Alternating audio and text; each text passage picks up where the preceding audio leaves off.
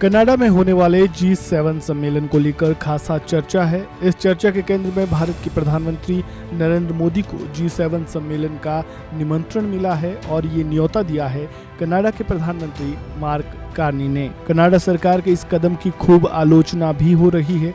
Social media पर Carney के इस फैसले पर सवाल भी उठाए जा रहे हैं कि आखिर प्रधानमंत्री को G7 सम्मेलन का न्योता क्यों भेजा गया। अब इस पूरे मामले पर कनाडा के प्रधानमंत्री मार्क कार्नी का बयान सामने आया है। उन्होंने खुद बताया कि आखिर पीएम मोदी को न्योता क्यों भेजा गया।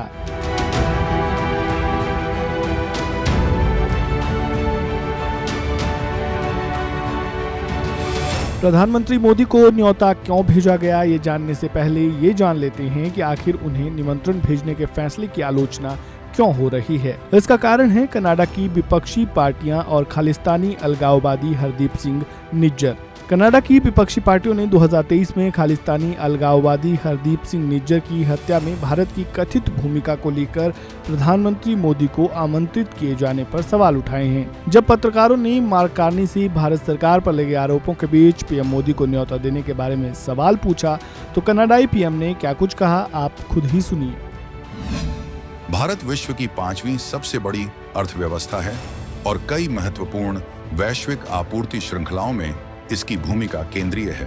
इसी कारण भारत के प्रधानमंत्री नरेंद्र मोदी को आगामी G7 शिखर सम्मेलन में आमंत्रित किया गया है और ये आवश्यक है कि भारत जैसे देश भी इन उच्च स्तरीय वैश्विक चर्चाओं का हिस्सा बने। भारत की वैश्विक आपूर्ति श्रृंखलाओं में भूमिका को देखते हुए उसे G7 जैसे मंचों पर शामिल करना समझदारी भरा कदम है।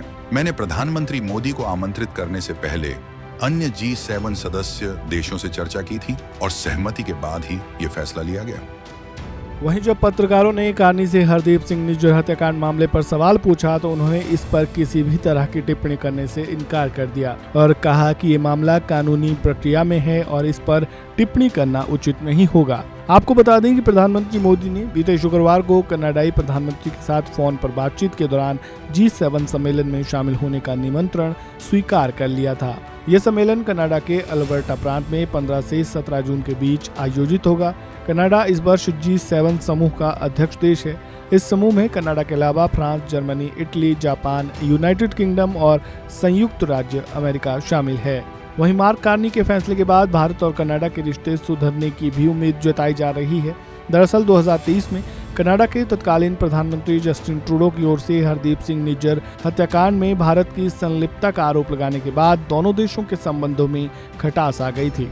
मामला इतना बढ़ गया था कि भारत ने अपने उच्चायुक्त और 5 अन्य राजनयिकों को कनाडा से वापस बुला लिया था और कनाडा के कुछ राजनयिकों को देश से निष्कासित कर दिया था। भारत ने उस समय ट्रूडो सरकार पर खालिस्तानी तत्वों को कनाडा की जमीन में सक्रिय रहने देने का आरोप लगाया था, लेकिन अब ये रिश्ते बेहतर होते नजर आ रहे हैं।